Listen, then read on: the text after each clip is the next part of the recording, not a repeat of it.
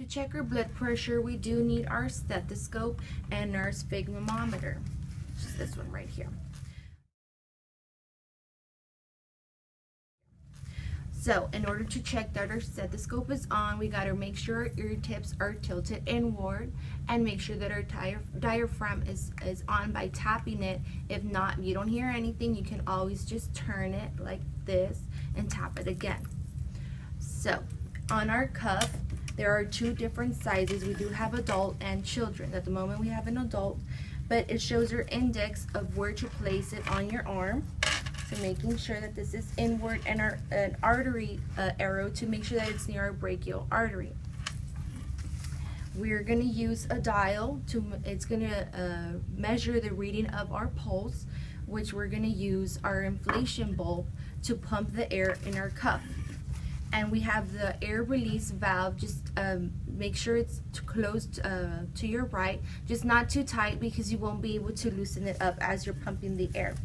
So when we place it on our arm, we have this little loop right here you can always either clip it on the patient or on the cuff to get a good reading on it, but make sure that you get enough space to place the diaphragm under your cuff and get a good, proper reading on your patient.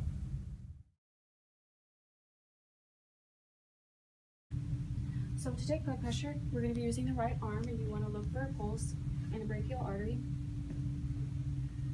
And once I found it, that's where you're going to put the head of the stethoscope.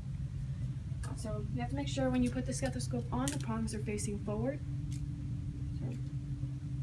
Now you're going to take the blood pressure cuff, and you're going to put it inside your elbow. You want to make sure it's not too tight, and it's not too loose. I'm going to make sure that the marking on the artery is up close, and I'm going to tighten it. So we're going to make sure that the arm is in a relaxed state to take the blood pressure. So what we're going to be doing is using the gauge to find what the blood pressure is. When I pump to 200, the arm will start to feel a tightness and the pulse will start, and it's going to be the first beat. When the first beat, it's roughly going to be around 120, and that is the systolic pressure when the blood is when the heart is contracting. And I'm going to listen until the beats stop, which is the systolic pressure, the last Korsakoff sound, and that is when the heart is refilling with blood. So I'm going to begin pumping all the way to 200 to put pressure on the air pressure cuff. Once I reach 200, I'm going to slowly release the air and listen for the first sound. It should be around 120. I heard the first sound, and now I'm going to wait till it stops.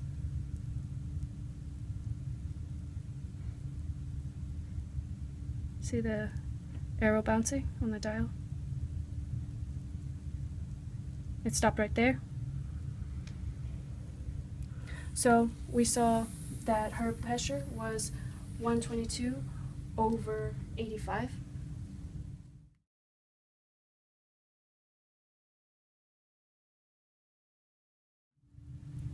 We just explained the equipment and what it does and how it helps us.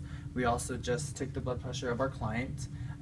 With the information gathered, we can now assess whether or not our patient or our client does have either high blood pressure or low blood pressure.